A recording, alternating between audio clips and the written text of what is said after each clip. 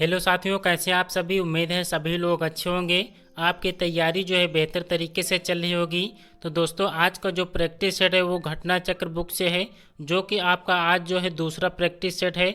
अगर आपने पहला प्रैक्टिस सेट नहीं देखा है तो जाकर प्लेलिस्ट बनी हुई है, आप वहां से देख सकते हैं। वेरी मोस्ट इम्पोर्टेंट बुक से ये प्रैक्टिस आपके जो है कराए जा रहे हैं। तो चलिए पहले प्रश्न का जवाब कीजिए। हिंदी में मूल समास कितने होते हैं? हिंदी में मूल समास कितने होते हैं? तो ये आपके जो है 4 प्रकार के होते हैं। ऑप्शन ए इसका बिल्कुल सही जवाब है। हास्य स्वरों की संख्या कितनी होती है? हास्य स्वरों की संख्या कितनी होती है? वेरी मोस्ट इम्पोर्टेंट प्रश्न है। तो हास्य स्वरों की संख्या जो होती है वो 4 होती है। ये आपके 2019 में जूनियर असिस्टेंट में पूछा गया प्रश्न है। तो ऑप्शन बी इसका बिल्कुल करेक्ट आंसर होगा। प्रश्न 3, वह अपने वर्ग में तेज है में कौन सा समास है? वह अपने वर्ग में तेज है में कौन सा समास है? तो अधिकरण समास है। ऑप्शन ए इसका बिल्कुल करेक्ट आंसर है। प्रश्न 5, वृत्त के कितने भेद होते हैं? वृत्त के कितने भेद होते हैं? तो वृत्ति के जो है ये 5 भेद होते हैं। ऑप्शन ए इसका बिल्कुल सही जवाब है।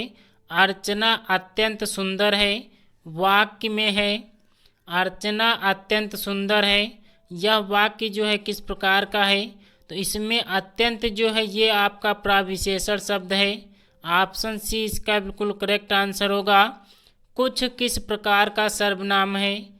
कुछ किस प्रकार का सर्वनाम है? तो कुछ जो होता है ये अनिश्चयवाचक सर्वनाम होता है।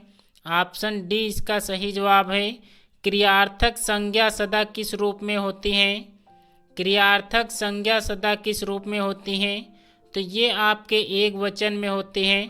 ऑप्शन ए इसका सही जवाब है। 8, उमा नौकर से दूध मंगवाती है किस प्रकार का वाक्य है?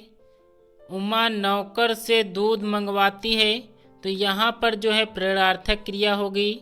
ऑप्शन ए इसका सही जवाब है। प्रश्न 9, राम ने खाना पकाया में कौन सा काल है? राम ने खाना पकाया कौन सा काल है? तो सामान्य भूतकाल है। ऑप्शन सी इसका सही जवाब है। प्रश्न 10, निम्नलिखित में से कौन सा व्यंजन संधि का उदाहरण है? व्यंजन संधि का उदाहरण कौन सा है? तो व्यंजन संधि जो है वो इसमें सदाचार में होगी। सत प्लस आचार इसका जो है संधि विच्छेद होगा। तो सद्भावना का संधि विच्छेद है। सद्भावना का सही संधि विच्छेद क्या होगा? तो सत प्लस भावना इसका सही संधि विच्छेद होगा। इसमें जो है ये आपकी व्यंजन संधि है, तो ये आप लोग याद रखना है। युद्ध में स्थिर रहने वाला किस समास का विग्रह पद है? युद्ध में स्थिर रहने वाला किस समास का विग्रह पद है? तो आलोक तत्पुरुष है। ऑप्शन बी इसका सही जवाब है। अगला प्रश्न आपसे पूछा गया है, निम्नलिखित में से कौन सा तत्पुरुष समास का उदाहरण नहीं है? तत्पुरुष समास का उदाहरण कौन सा नहीं है? तो राजकुमार है, यज्ञवेदी है, ग्रामवासी है। आजन्म जो है ये आपका अव्ययीभाव समास है। तो ऑप्शन सी इसका सही जवाब होगा। समास में दोनों पद प्रधान होते हैं। किस समास में दोनों पद जो है प्रधान होते हैं? तो ये आपका द्वंद्व समास होता है, जिसमें दोनों पद जो है क्या होते हैं? प्रधान होते हैं। तो ऑप्शन सी इसका सही जवाब है। वह पहुंचा ही होगा वाक्य में क्रिया का काल होगा। वह पहुंचा ही होगा, तो इसमें जो है ये आसन्न भूत होगा। ऑप्शन नंबर डी इसका बिल्कुल करेक्ट आंसर है। अगला प्रश्न पर आते हैं। अचल शब्द का अनेकार्थी नहीं है।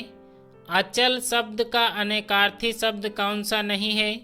तो सफ़ेद जो है ये अचल का जो है अनेकार्थी शब्द नहीं होता है। पहाड़, अटल, निश्चल ये तीनों होते हैं। सफ़ेद जो है ये अचल का अनेकार्थी शब्द नहीं होता है। अगले प्रश्न का यही जवाब करना है। अब्ज का जो है विकल्प गलत चयन करना है। अब्ज का जो है कौन सा अनेकार्थी शब्द नहीं होता है? तो शंख होता है, चंद्रमा होता है, कपूर होता है। मेघ जो है ये अब्ज का जो है बिल्कुल गलत अनेकार्थी शब्द है। तो ऑप्शन सी इसका बिल्कुल करेक्ट आंसर है। खर शब्द का अनेकार्थी है। खर शब्द का अनेकार्थी शब्द कौन सा है? तो option number A, option A इसका बिल्कुल करेक्ट आंसर होगा। प्रत्यक्ष शब्द का विलोम है। प्रत्यक्ष शब्द का विलोम क्या होगा? तो परोक्ष होगा। ऑप्शन बी इसका बिल्कुल करेक्ट आंसर है। इच्छा का पर्यायवाची कौन सा नहीं है? इच्छा का पर्यायवाची कौन सा नहीं है? तो चाह होता है, कामना भी होता है, मनोरथ भी होता है। पार्थ जो है ये इच्छा का जो है पर्यायवाची नहीं होता है। अगला प्रश्न आपसे पूछा गया है, मृगेंद्र का पर्यायवाची शब्द कौन सा नहीं है? मृगेंद्र का पर्यायवाची कौन सा नहीं है? तो केसरी होता है, नाहर होता है, वनराज होता है। सफरी जो है ये जो है मृगेंद्र का जो है पर्यायवाची नहीं होता है। तो ऑप्शन डी इसका बिल्कुल करेक्ट आंसर होगा। कलाई खुलना मुहावरे का सही अर्थ है। कलाई खुलना मुहावरे का सही अर्थ क्या होगा? तो भेद प्रकट होना इसका बिल्कुल करेक्ट आंसर होगा। अगला प्रश्न आपसे पूछा गया है, निम्न शब्दों में से देशज भाषा का चयन करें। देशज भाषा का चयन करना है। तो ठुमरी जो है ये देशज भाषा का शब्द होता है। शुद्ध वर्तनी का चयन कीजिए। शताब्दी जो है किस प्रकार से शुद्ध रूप से लिखा जाता है? तो शताब्दी ऑप्शन डी में जो है शुद्ध वर्तनी है। पश्चिमी हिंदी की सर्वाधिक प्रमुख बोली इनमें से कौन है? पश्चिमी हिंदी की सर्वाधिक बोली कौन है? तो ये आपकी ब्रज भाषा है। ऑप्शन ए इसका बिल्कुल करेक्ट आंसर होगा। दोस्तों आज हमने टॉप 25 प्रश्न किए हैं, जो कि डेली की तरह जो हम 25 प्रश्न डेली करते हैं। आज की क्लास कैसी लगी कमेंट्स बॉक्स में ज़रूर बताना। वीडियो पसंद आई हो तो एक लाइक ज़रूर कर देना। चैनल पर नए तो चैनल को सब्सक्राइब कर बेल आइकन को ज़रूर प्रेस कर दीजिएगा,